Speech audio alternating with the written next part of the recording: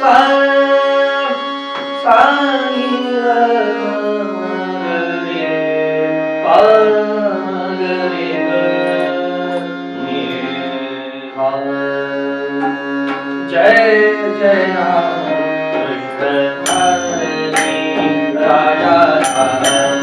जय जय राम कृष्ण हरी राजा राम। जय जय राम कृष्ण हरी।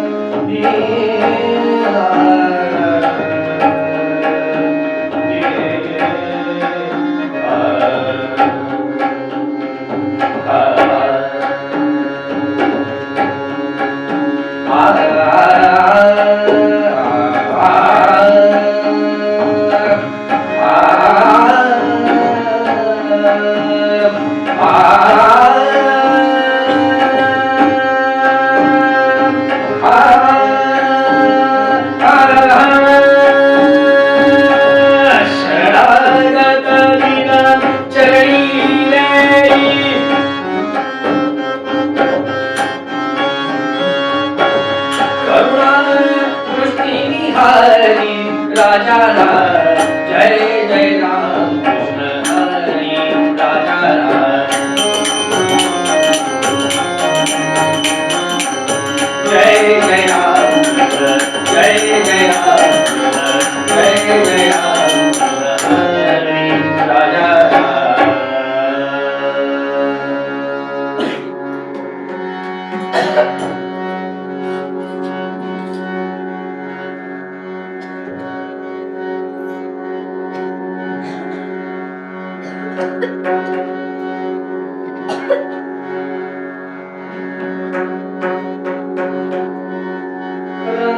गेलो तुझ्याच नामी राम राम बोलता राम राम राम बोलता राम नामी तुझ्याच राम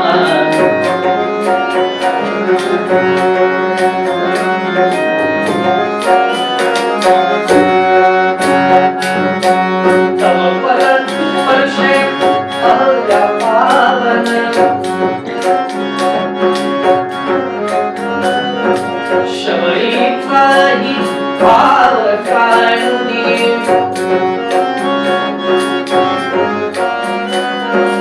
पाल्याचाही वाल्मिकी बोलला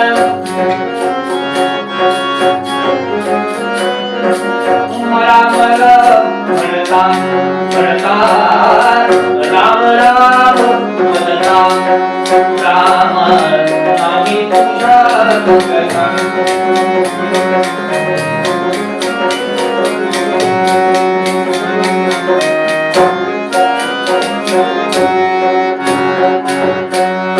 कैलासीचा शिव भोळा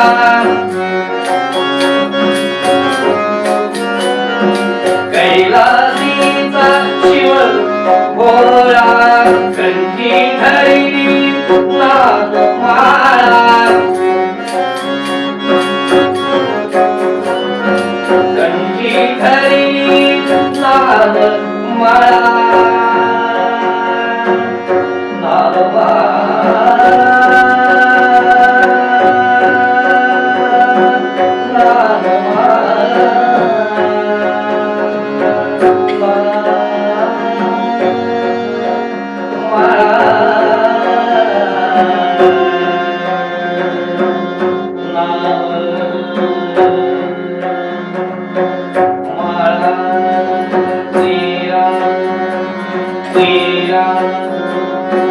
कंठी धरली नाग माळा मुनीवर सुर नर ख्याती तुझला मुनीवर सुर नर ख्याती तुझला राम राम भजता राम राम राम भजता राम आम्ही तुझ्या जगता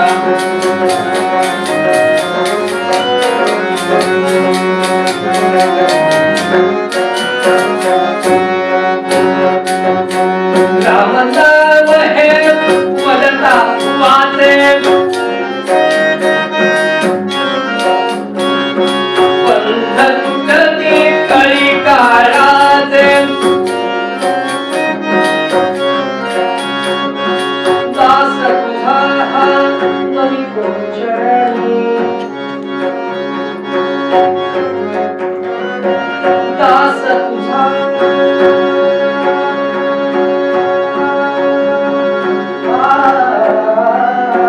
दास तुझा नवी कोचरणी राम राम भजता राम राम राम भजता राम आम्ही तुझ्या जगता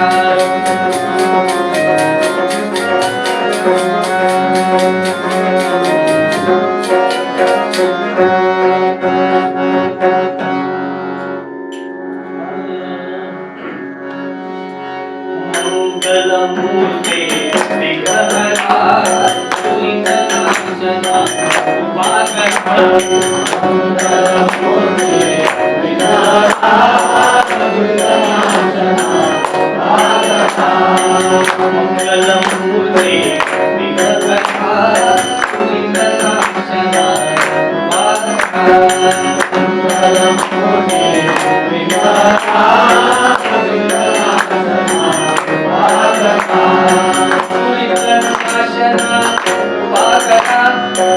दुरितनाशना उपाकथा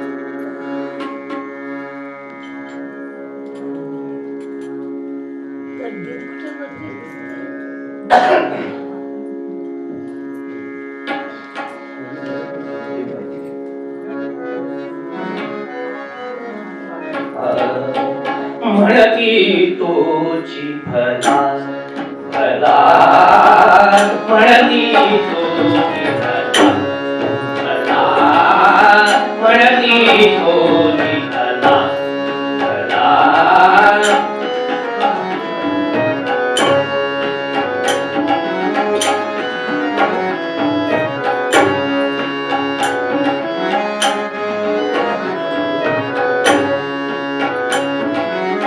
व्यसनी राखी जो सकुळाला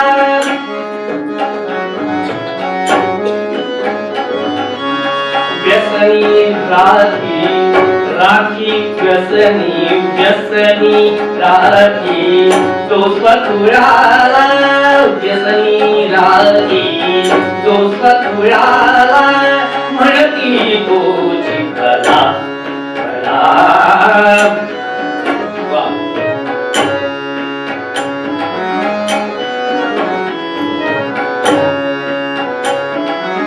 स्वार्था सोडून परहित करण्या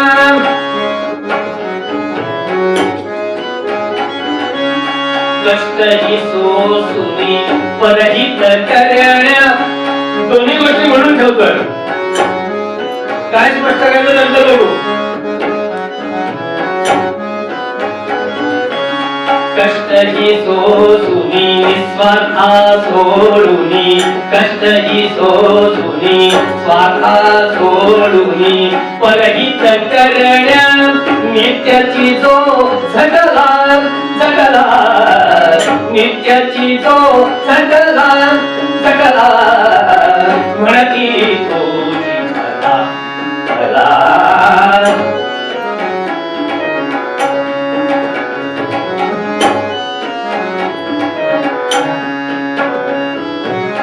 वैषयिक सुखे सकल ही त्यागुनी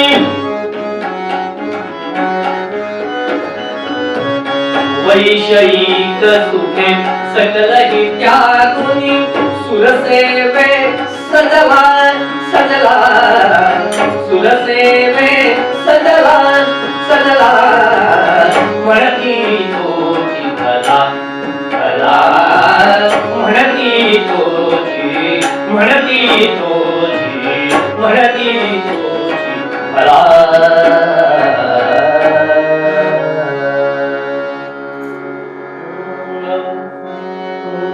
जगाच्या कल्याण सतत झटते त्रिभुवनी नमो त्या साष्टांगे दैवत असे नारद मुनी. आम्हाला शक्ती द्या बुद्धी द्या प्रभूचे गुणगान करण्या. कृपा दृष्टी ठेवा कीर्तनियात रंग भरण्या. देवर्षी नारद महाराज की जय. स्थान देवता मंगलमूर्ती कीर्तनकार प्रवचनकार पौरोहित्य करणारे कोणी असतील तर ते दोन्ही साथीदार आणि श्रद्धायुक्त अंतःकरणाने कीर्तन श्रवणासाठी जमलेले सर्व श्रोत्यांच्या हृदयस्थ परमात्म्याला मनापासून वंदन करतो आणि आजच्या या वर्षीच्या उत्सवातल्या तिसऱ्या कीर्तनाला सुरुवात करतो. आजच्या कीर्तनासाठी जो अभंग घेतलाय यावर्षी खरं तर माझे प्रयत्न असे आहेत की 50 कीर्तन तुमचे ते केल्यानंतर देखील तुम्ही मला बोलावताय म्हणून शक्यतो अपरिचित अभंग शोधून काढले. जुन्या लोकांनी कदाचित हा अभंग ऐकला असण्याची शक्यता आहे पण नवीन लोकांनी नक्की ऐकलेला आहे. नवीनांसाठी नवीन येत आहे अपरिचित असा अभंग. पण अभंगकर्त्यांनी पदकर्त्यांनी तो लिहिताना समाज जीवनाचा विचार करून तो लिहिलाय आणि खरं तर हे फार महत्वाचं आहे आत्ताच्या जगामध्ये. लिहिताना बोलताना व्यक्त होताना प्रदर्शित होताना किंवा मीडियाचा वापर करताना सावधपणे करणं आणि नैतिकता पाळणं हे व्हेरी IMP आहे. कारण लिहिलेलं वाचलं जाईल बोललेलं ऐकलं जाईल प्रदर्शित केलेलं पाहिलं जाईल आणि त्याच्यामुळे कदाचित खूप ठिकाणी हल्ली ज्या काही वेगवेगळ्या गोष्टी घडतात त्या याच्यामुळे घडतात की कोणीतरी काहीतरी बोलतो आणि मग त्याच्यावरून हाणामाऱ्या असंच का बोलले तसंच का बोलले असं चालतं सगळं सध्या.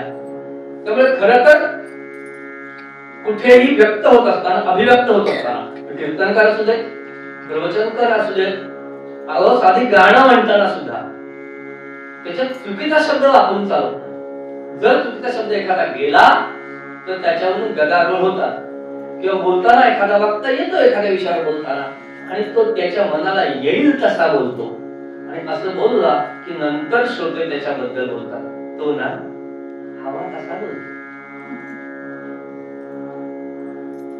पण मंगलमूर्तीच्या कृपेने मला असं वाटतंय इतक्या वर्ष ज्या अर्थी तुम्ही मला झेलताय त्या अर्थी मी तुम्हाला हवा तसा बोलतो.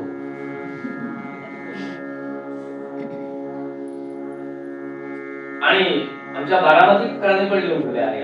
बारामतीकरांनी पण ह्याच्याबद्दल लिहून ठेवले लिहिणे तरीच लिहावे लिहिणे तरीच लिहावे हरी गुण गण हृदय कागदा माझी लिहिता अनंत तरले अनंत तरले ज्यांनी चांगलं लिहिले लिहिता अनंत तरले संत शिरोमणी विराग धामाजी राम राम राम हरे हरे राम राम राम राम सीतापते राम राम रघुत्तम राम राम राम राम रघुत्तम राम.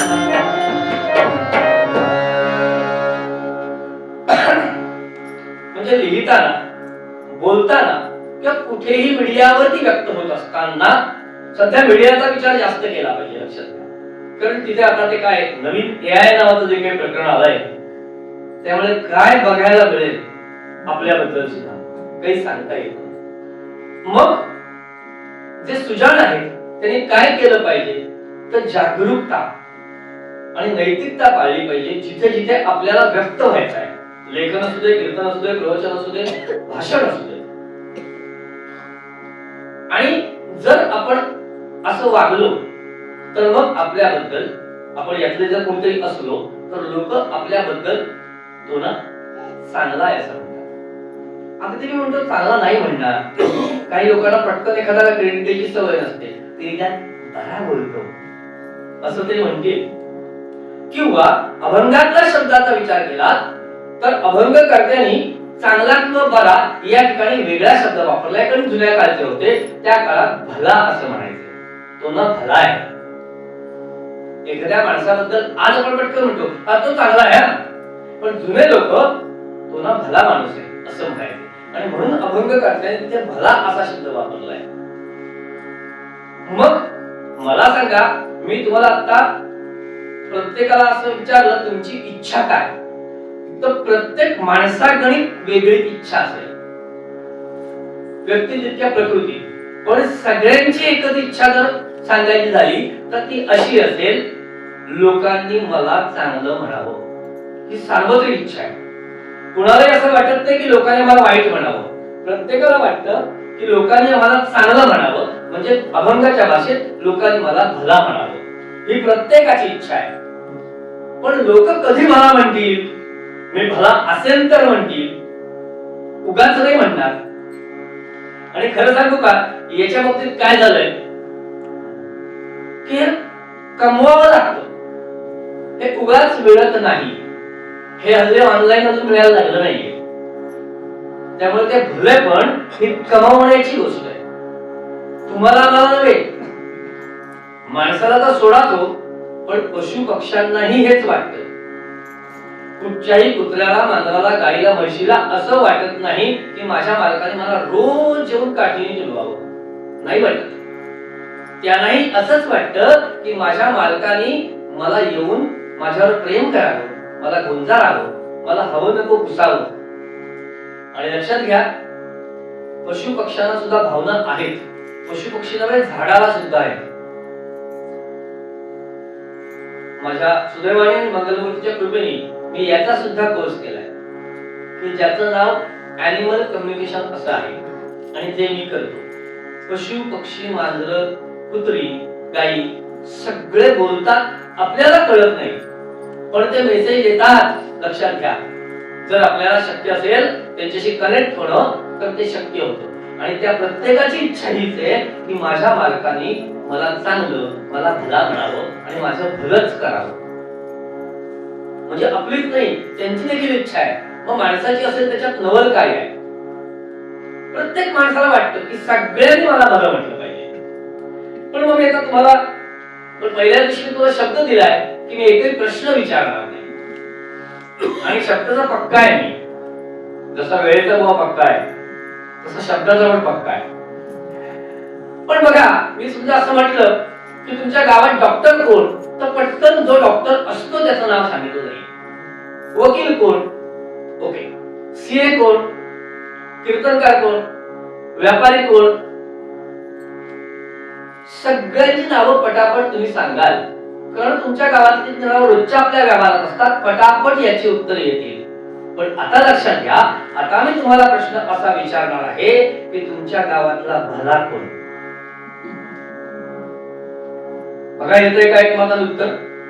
मगापर्यंत डॉक्टर कोण म्हटलं तर सगळ्यांच्या मुखातून एक मुखी जो डॉक्टर गावात असतो त्याचं नाव येतं. मग हा प्रश्न विचारल्यानंतर प्रत्येकाचा मेंदू विचार करायला लागतो, कोणाचं नाव सांगू?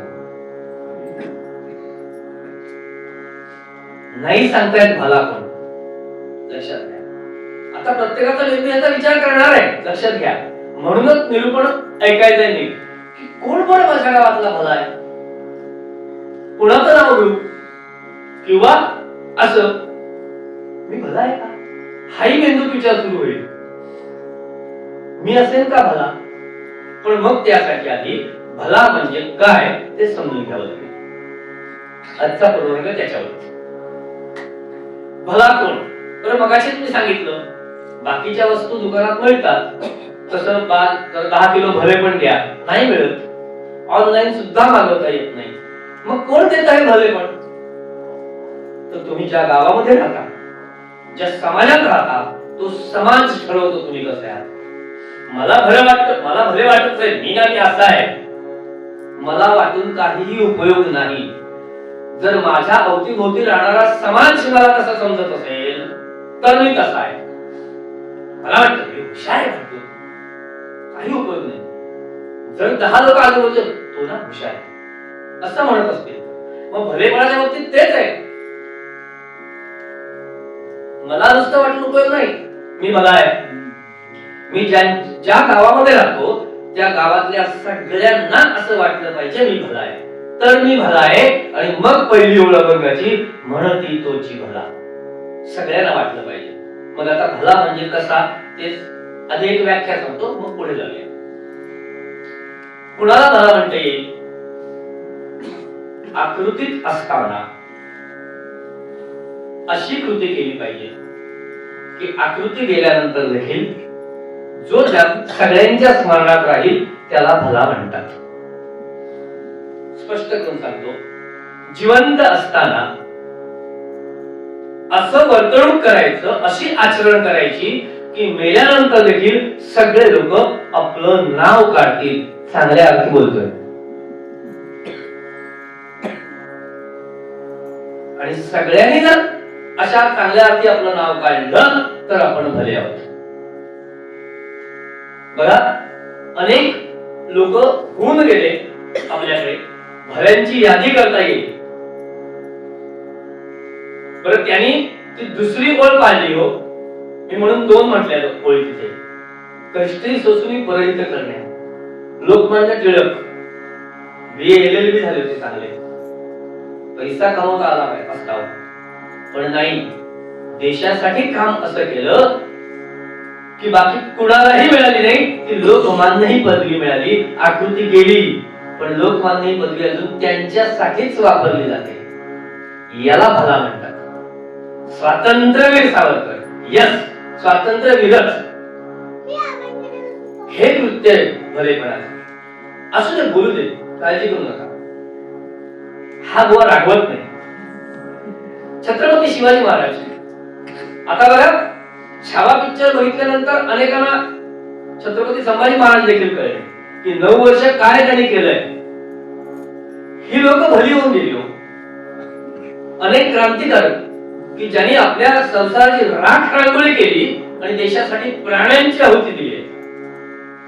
आपलं दुर्दैव, आपल्याला अनेक क्रांतिकारक माहिती सुद्धा नाहीये, नावं नाहीत माहिती आपल्याला.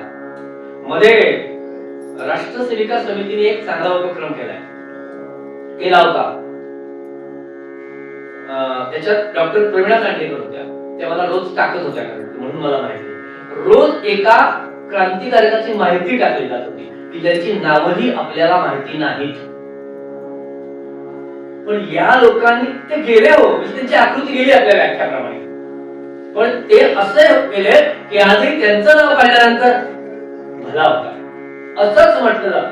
बाकी सगळं विसरलं जातं आणि ते भले होते हे मान्य केलं जातं.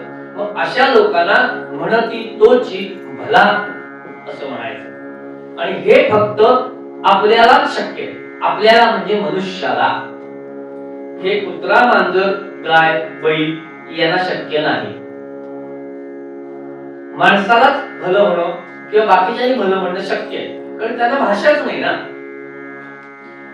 कारण भगवंतानी मनुष्य योनीला वेगळ्या वैशिष्ट्यपूर्ण अशा 3 गोष्टी दिल्या. लक्षात,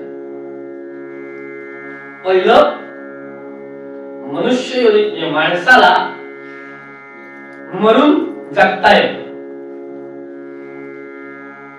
माणसाला मरून जगता येतं. हे वाक्य ऐकल्यानंतर कदाचित एखाद्याला वाटेल आज बुवाचं डोकं ठिकाणावर नाहीये, पण डोकं ठिकाणावर नसतं तर घेऊनच नसतो का गेलो. ज्या योग्य ठिकाणी योग्य वेळी आलोय तर ते माझं डोकं ठिकाणावर आहे. पहिली गोष्ट सांगितली, माणसाला मरून जगता येतं. दुसरी, 3 वैशिष्ट्य मानवाने दिलेले आहेत इतर प्राण्यांपेक्षा. दुसरं, मनुष्य प्राण्याला फक्त 3 काळांचं भान आहे, भूत, भविष्य, वर्तमान.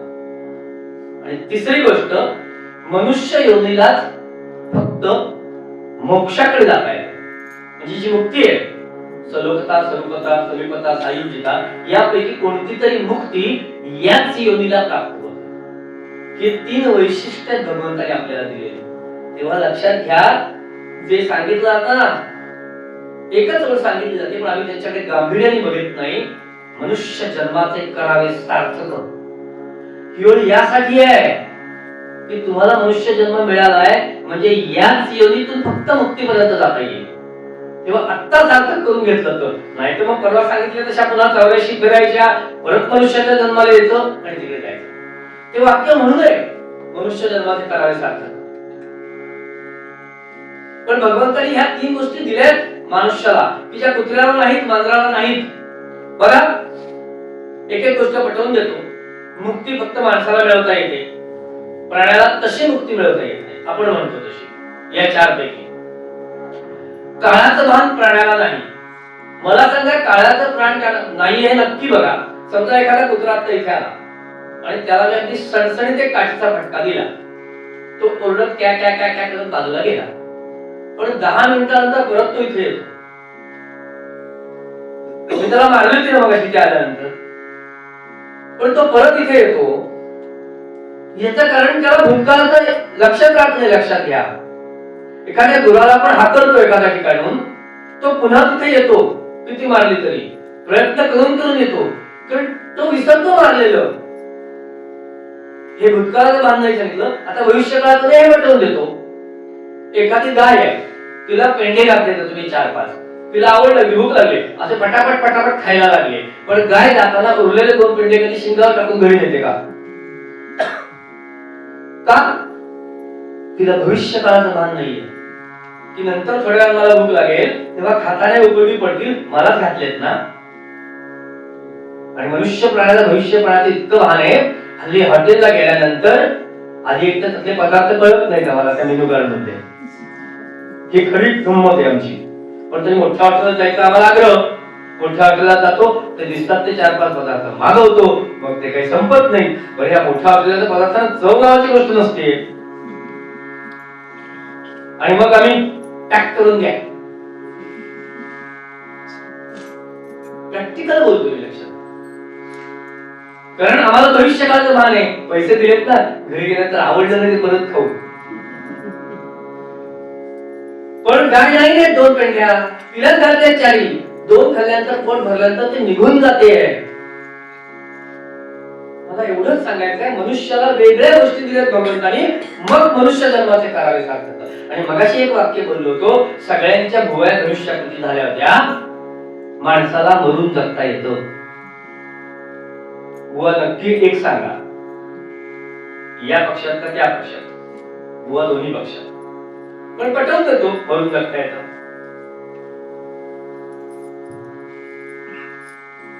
एक उदाहरण घेतो, कारण उदाहरण घेतल्यानंतर ती गोष्ट लगेच पडते. कठीण तत्वज्ञान सांगण्यापेक्षा सोप्या गोष्टींनी उदाहरण देता आलं. बघा, आपल्याकडे एक अशी पद्धत आहे, तुमच्याकडे आहे की नाही मला माहिती नाही, पण आमच्याकडे आहे. एखाद्या गावातला XYZ माणूस मेला. आता इथे बुवानी मगाशी पहिल्यांदा सुरुवात केल्यानंतर जे महत्वाचं वाक्य सांगितलं होतं ते परत एकदा पॉइंट आउट करतो. बोलताना भान ठेवून बोलावं. मग हे वाक्य आता बोलताना मी आता इथे काय म्हटलं, गावातला XYZ मेला. इथे मी कुणाचं तरी नाव घेऊ शकलो असतो, पण मी नाव घेतलं नाही. का घेतलं नाही? भान ठेवून बोलायचं असं मी बोललो ना. समजा मी नाव, मला माहिती नाही तिथले सगळे लोक, जे नाव घेईन त्यातलाच एखादा श्रोत्यांमध्ये असेल, तो उठून उभा राहील ना, बुवा मला का मारताय, जिवंत आहे म्हणून नाव घेत नाहीये XYZ. बुवानी पण नैतिकता पाळली पाहिजे बोलताना. कारण दुसरं नाव का घेत नाही? मी आता एखाद्याचं नाव घेतलं, अमुक अमुक मेला, आणि 4 दिवसानंतर खरंच तो गेला. काय बुवाची जीव आहे का काय? असा बुवावर दोषारोप नको. म्हणून मी म्हटलं XYZ मेला. पण आपल्याला पद्धत काय आहे, असा कोणी गेल्यानंतर आपल्या घरोघर बोलावणं केलं जातं. ते बोलावणं कसं तुमच्याकडे मला माहिती नाही, पण आमच्याकडे असंच करतात. तो अमुक अमुक गेलाय, त्याला पोचवायला चला, असे शब्द आमच्याकडे वापरतात. अमुक अमुक गेला, त्याला पोचवायला चला. पण ही पद्धत असल्यामुळे आपल्याला त्याच्यात काही वेगळं वाटत नाही. पण झालं काय एकदा, आता कसं तुमच्या गावात काही बंदची घर आहे, ती उत्सवापुरती मुंबईत आले लोक, पुण्यातून मुंबईतून, आणि ती घर उघडली.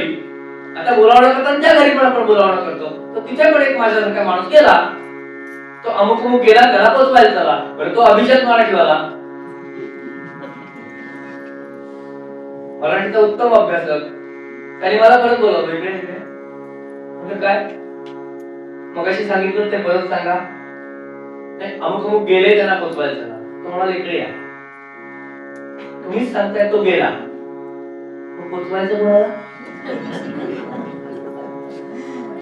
मला उलट वरती विचारलंय, मला सांगा तुमच्याकडे पाहुणे आले आणि ते पाहुणे दापोलीला गेले असं तुम्ही सांगितलं, तर असं म्हणा पाहुणे दापोलीला गेले, त्यांना पोचवायला चला. त्याचं बरोबर आहे, कारण तो अभिजात मराठीवाला. पण आपल्याची परंपरा असं बोलावणं करायची आहे. आता ती काय लक्षात घ्या, जुने लोक खूप हुशार होते, म्हणजे त्यांना मराठी येत नव्हतं म्हणून ते असं करायला लागले नाही. त्याचं कारण आपल्याला पुढे बघायचं. अमुक अमुक गेले, त्यांना पोचवायला चला, अशीच पद्धत आहे. याचं कारण आता पुढे लक्षात. गेला तो कोण आणि पोचवायचं कोणाला, हा विषय चिंतनाचा. म्हणून ती पद्धत पडली पूर्वाच्या. लक्षात घ्या, जो गेला की नाही तो आत्माराम आहे. तो कुणाच्याही परवानगीची वाट बघत नाही किंवा कोणी पोचवालेलीची वाट बघत नाही. त्याच्या क्षणात मनात आलं, एक्सपायरी डेट माझी या मिनिटाला संपली की त्या मिनिटाला तो जातो.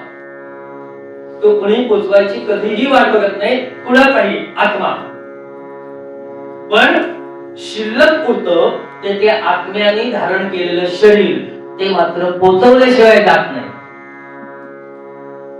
कधीच, कारण ते निष्प्राण असतं.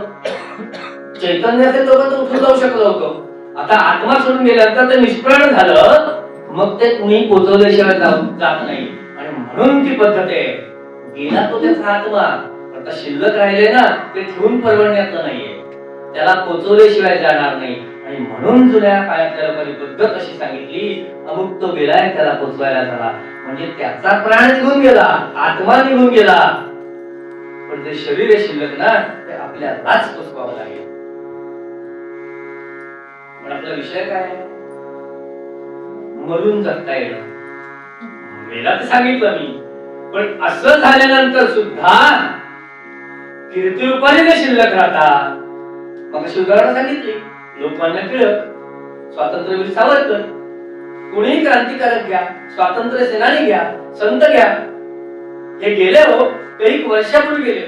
माऊलीला जाऊन किती वर्ष झाली, पण त्यांनी एकच गोष्ट केली, मरावे परी कीर्ती रूपे उडावे. म्हणजे ते गेले, पण कीर्ती त्यांची अजून आहे.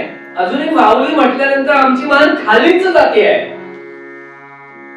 स्वातंत्र्यवीर म्हटल्यानंतर आम्हाला सावरकरच आठवतात. लोकमान्य म्हटल्यानंतर नाही दुसरं कोणासमोर येत. लक्षात आलं की नाही? मग याचं कारण असं आहे की ते मरून जगले. आणि म्हणून मी सांगितलं, भगवंतानी मनुष्याला 3 वर दिले. एक त्याला तिन्ही काळांचं भान आहे, एक त्याला मोक्षापर्यंत जाता येतं, आणि तिसरं त्याला मरून जगता येतं. आणि आपण अभंगातला पहिला शब्द बघतोय, म्हणती तोची भला. जे अशा पद्धतीने मरून जगतात त्यांच्याबद्दल समाज म्हणतो, म्हणती तोची भला. इथे फक्त पहिला शब्द बोलायचा, भला शब्द. मग आमचे प्रयत्न कसे पाहिजेत, जिवंत असताना आमच्या हातून अशा गोष्टी करायच्या आहेत आम्ही असताना कदाचित नाही म्हणणार कोणी, पण आम्ही गेल्यानंतर या लोकांबद्दल जसं म्हटलं जातं तसं आमच्याबद्दल म्हटलं जाईल, असं आमची वर्तणूक असली पाहिजे, असं अभंगकर्त्यांना आपल्याला सांगायचं आहे. म्हणती तोची भला. मला सांगा, माझ्या मनामध्ये आलं, बौद्धिक स्थिती आहे, आर्थिक स्थिती आहे, मला डॉक्टर व्हायचंय, होता येईल. इंजिनियर व्हायचंय, होता येईल. वकील होता येईल, पंतप्रधान सुद्धा होता येईल. होऊ नका कोणी, आहेत ते खूप चांगले आहेत. पण मला सांगा हे सगळं येईल मग भला होता येईल का? कारण भला स्वतःला होता येत नाही. हा त्यातला दुसरा मुद्दा. माझं भलं पण कोण ठरवतो? समाज ठरवतो. वकील माझा मला होता येतो, दुकानदार माझं मला, दुकान टाकलं तुम्ही झालो दुकानदार, उद्यापासून लोक काय शेठ असं म्हणायचं बघा. पण भला कसं होता येत? भला मात्र मी ज्या समाजात राहतो तो समाज 10-15 वर्ष माझं निरीक्षण करेल, 20 वर्ष माझं निरीक्षण करेल आणि मग मी जर पटलो तर तो ना तो भला आहे असं. म्हणून भलं होणं कठीण आहे, लक्षात घ्या. म्हणती तोची भला, म्हणती तोची भला. आमच्या बाबतीत काय होतं? आला आला प्राणी जन्मासी आला, आला आला प्राणी जन्मासी आला, गेला गेला बापुडा व्यर्थ गेला. संपून जातो आम्ही. बरं जाताना सुद्धा काय सांगितलं याच्यात? गेला गेला बापुडा आणि व्यर्थ गेला. याचाच अर्थ काय? या समाजासाठी आम्ही काही न करता गेलो. माझं घर बांधलं, मनासाठी बायको मिळवली, मुलं झाली, त्यांचं शिक्षण, नातवंड सगळं हे माझ्यासाठी केलं मी. लक्षात घ्या. आणि पुढच्या ओळीमध्ये सांगितलंय पूर्णामध्ये नाही करणार आपण आज. व्यसनी राखी जो स्वकुळाला. आता व्यसनी राखी हे म्हटल्यानंतर आनंद होतो काय जणांना, व तुम्हीच म्हणाले व्यसन राखत चला. तिथे व्यसनांचा अर्थ वाईट गोष्टी असा नाही. मुळात व्यसन हा शब्द आम्ही बदनाम केला. चांगली व्यसन करायला हरकत नाही, पण व्यसनी राखी म्हणजे काय?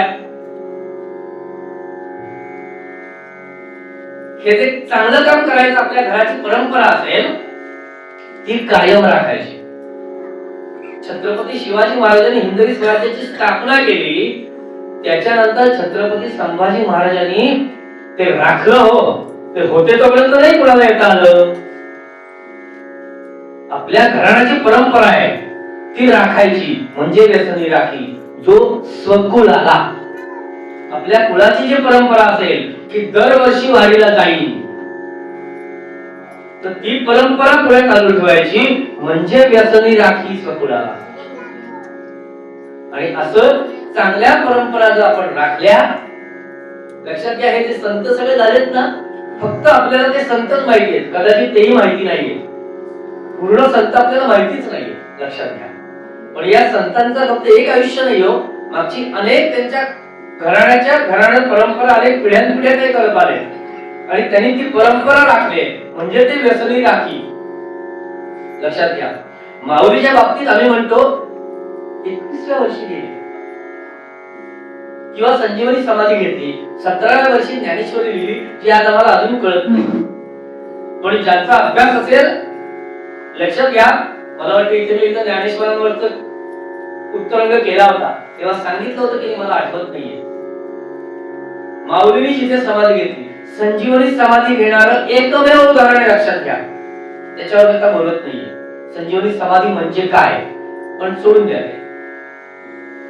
असं एकमेव उदाहरण आहे. आणि मला सांगा ती समाधी तिथे जी घेतली ज्ञानेश्वर महाराजांनी, ती कोणावर विचारून घेतली आहे?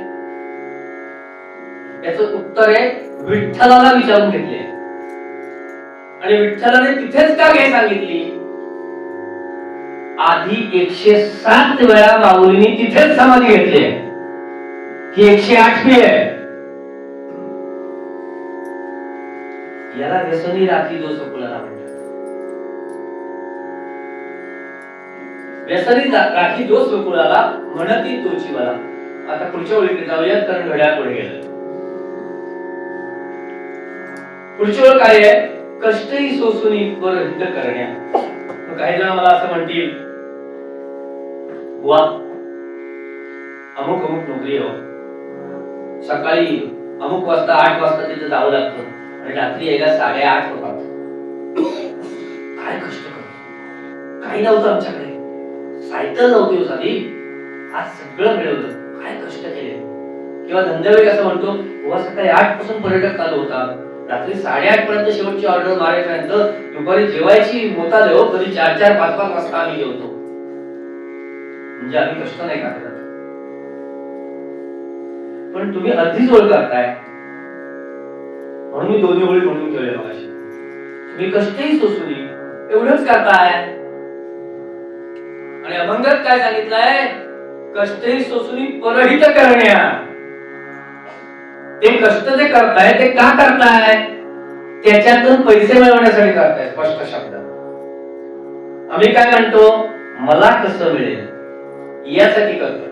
आणि परहित करताना मला काही नको, तुला सगळं मिळो अशी भावना असली पाहिजे. मग अशी ज्यांची मी नावं घेतली त्या कुणी स्वतःसाठी काहीच नाही केलं. ज्ञानेश्वर माऊली समोर, नामदेवा समोर विठ्ठल बोलत होता हो, पण एक गोष्ट सांगा स्वतःसाठी मागितलेली. प्रत्येक गोष्ट केली. साधं पसायला सुद्धा आमच्यासाठी मागितलं. याला कष्टही सोसून किंवा स्वार्था सोडून परहित करणे असं म्हणतात. आणि असे जे जगले ना असे जे जगले ना ते भले. त्याच्या बाबतीत असं म्हणता येईल, जन्मले तेची जगी जगती, जन्मले तेची जगती, जन्मले तेची जगी.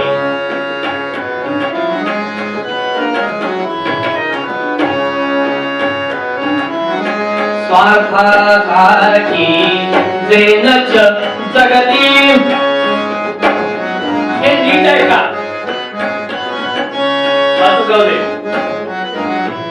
इथे दोन्ही वेळेला जो शब्द म्हणतोय तो एकच आहे. नुसता शब्द एकच नाहीये, त्याची अक्षर सुद्धा तीच आहे. नुसती अक्षर तीच नाहीये, त्यांचा क्रम सुद्धा तोच आहे, पण अर्थ वेगळा आहे. आता ऐका.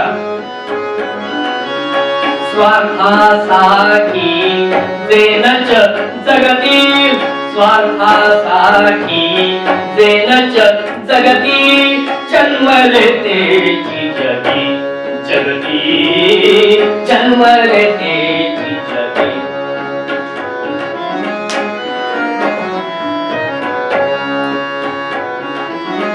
दुसऱ्यासाठी सदाची जावे. आपल्याला भला म्हणायला पाहिजे असेल तर हे करायचं.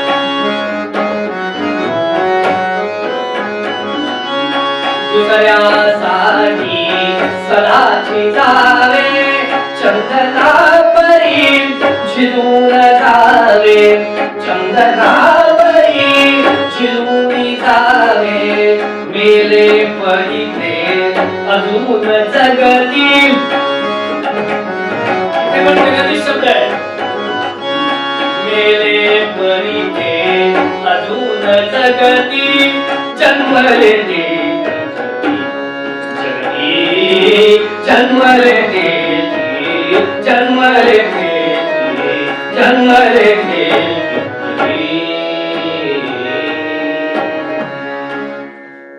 आणि असे जे जगले ना त्याला समाज म्हणतो म्हणती तोची भला. मग बघा, प्रत्येकाने आपल्याकडे बघा, स्वतःकडे बघा. मी खरंच भला आहे का? मी चांगला असेल कदाचित, मी बरा असेल कदाचित, पण मी भला नाही. मग प्रयत्न हे पाहिजे. जेव्हा आम्ही त्या मांगल्यासमोर रोज बसतोय, त्याच्या समोर रोज उभे राहतोय, तर भला होण्याचे प्रयत्न पाहिजे. आमचं भले पण किती तकलादू आहे, किंवा आम्ही स्वतःचे काही समजतो ते किती तकलादू आहे. एका उदाहरणावरून सांगतो आणि पूर्वरंगासाठी थांबतो. ते सुद्धा आता मंगलमूर्तीच्या कृपेने आता 1 मिनिटापूर्वी स्मरलंय म्हणून सांगतो. आपण कसे आहोत? प्रयत्न असतो मीच कसा चांगला आहे दाखवायचा सगळ्यांना, पण अंतर्यामी आपण तसे नसतो. आणि जो अंतर्यामी भला असेल ना तो भला. समजा रस्त्याने मी चाललोय, मी माझं सुधार केलं आणि रस्त्यामध्ये 2 मूर्ती पडल्या.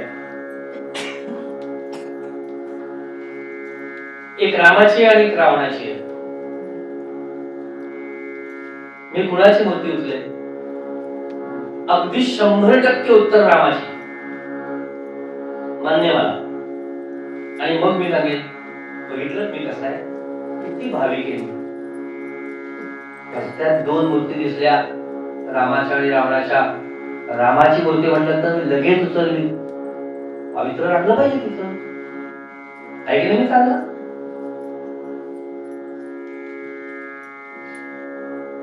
दुसरा पुन्हा मी रस्त्यात निघालो, दोन मूर्ती पडल्या आहेत, एका बाजूला रामाची आहे आणि एका बाजूला रावणाची आहे. पण आता रावणाची मूर्ती फक्त सोन्याची आहे. आता मी कुणाची उचले? सोन्याचीच उचले, हे खरं उत्तर आहे. आमचं चांगलेपण, आमचं भलेपण फक्त दाखवण्यात होतं. याला आशीर्वाद म्हणतात मंगलमूर्ती, लक्षात घ्या. हे कुठेही नव्हतं माझ्या डोक्यात, पण हे बोलता बोलता असं चटकन आलं. म्हटलं दाताला सांगून दे, लक्षात घ्या, असलं भले पण नकोय, दिखाऊ भले पण नकोय. समाज तो ओळखून असतो, आत एक आणि बाहेर आहे. तू दिसताना कसा आहेस आणि खरा कसा आहेस. म्हणून आपल्या घराघरामध्ये वाक्य पडतं की नाही आपल्यावर, तुम्हाला मी चांगली ओळखून आहे. आयुष्यभर राहत असते ना जवळ. अनेक प्रसंगामध्ये बाहेर कुणी आल्यानंतर तुम्ही कसे बोलता, कसे वागता आणि खरंच कसे आहात. बदलायचं असेल आणि भलं व्हायचं असेल तर इथून व्हा, आतून व्हा. लक्षात आलं? हे महत्वाचं आहे. आणि हे करत असताना पुढे स्वार्था सोडून सांगितलं ते थोडं स्पष्ट करता आलं असतं, पण वेळ झाली. आणि पुढच्या काळामध्ये वैषयिक सुखे सकलही त्याग नाही. मला होताना पहिल्यांदा काय करावं लागेल? मला भला व्हायचं असेल तर वैषयिक सुखांमध्ये जो तुम्ही अडकलो की नाही, विषयांच्या सुखांमध्ये जो अडकलोय. आता मगाशी मी ज्यांची नावं घेतली ते बघा, ज्ञानेश्वर माऊली, हनुमंत घ्या, की आमचे रामकृष्ण घ्यावं, कुठेच अडकले नव्हते. म्हणून आम्ही त्यांना भलं म्हणतो. इतक्या वर्ष झाली जाऊन त्याला वैषयिक सुखे सकलही त्यागनी. लक्षात घ्या, सुरसेवे सदरा, सतत भगवंताच्या सेवेत होते ते. महाराजांना शिवाजी महाराजांनी पाठवलं होतं धनदौलत, परत पाठवलं नाही, त्याच्यात गुंतलं ते. समर्थ रामदासांना अख्खं राज्य घातलं होतं झोळीत, परत दिलं. म्हणाल मला याची नाही गरज, कारण या कुठच्याही विषयामध्ये मला अडकायचंच नाहीये. आणि म्हणून इतक्या वर्षानंतर देखील आम्ही त्यांना भला म्हणतो. मग असं भला होण्याचा प्रयत्न तुम्ही करायला सुरुवात केलीत ना, तरी माझा आज वेगळा शोधून काढलेला अभंग आणि त्याच्यावर निरूपण सत्कारणी लागलं. तुम्हाला जे सांगितलं तेच मला म्हणा. प्रयत्नच करायचा असेल तर आतून भला होण्याचा करा. कशातही अडकायचं नाही, कशातही गुंतायचं नाही. लक्षात घ्या, कठीण आहे मला माहितीये, सांगणं फार सोपं आहे, पण प्रयत्न तर करायला काय हरकत आहे. प्रयत्न करायला काय हरकत आहे. ऐकलं की नाही आज आपण सगळ्यांचे मेंदू विचार झाले की नाही. आज कळला की नाही भला शब्दाचा खरा अर्थ. मग थोडासा प्रयत्न करूया, जरा तिथे करूया, तरी बस झालं.